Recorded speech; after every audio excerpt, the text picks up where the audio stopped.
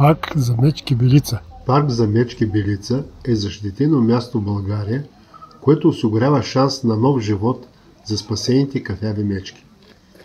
Паркът е съвместен проект между фондация Берджит Бардо и 4 лапи.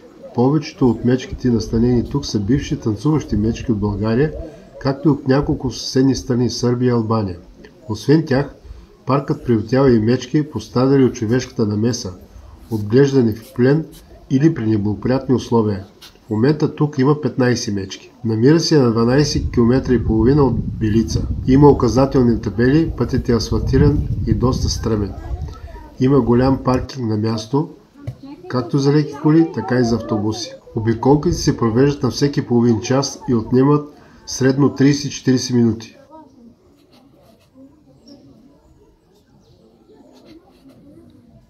Мечката, която виждате от дясната ви страна, се казва Мима.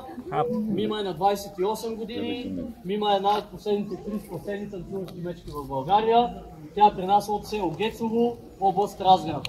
Обиколките винаги са съпроводени с екскурзовод, който разказва за мечките, за историята на парка.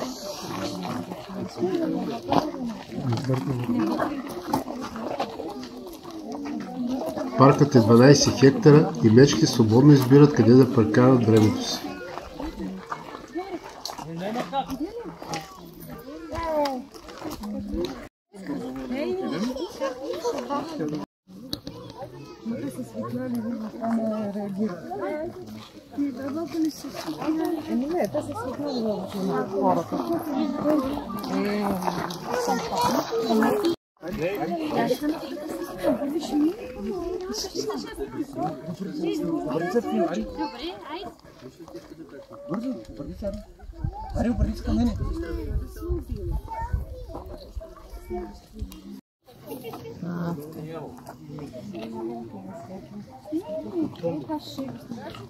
Снимай всякакви идеи. Шкафи с хубава крупа.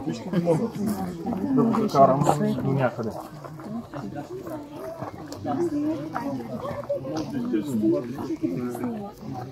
Как се гръска? Леко.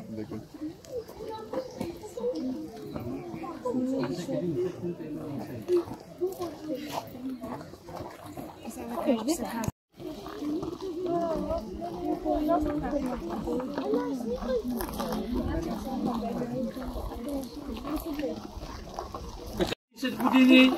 Маринка е бивша танцуваща мечка. По-интересно при нея е, че тя има частичен албинизъм. Ушичките са и една идея по-бели от останалите мечки. Може да видите, че и носът е разкъсан от тълките, които горе. Това е Ива. Ива е само на 9 години. Ива и Теди, който видяхме, са двете най-млади мечки обитатели на Парка за мечки Белица имат собствен сайт, където може да получите повече информация.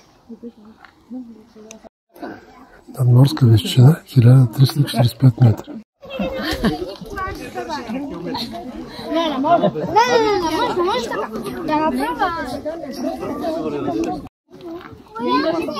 Чакай.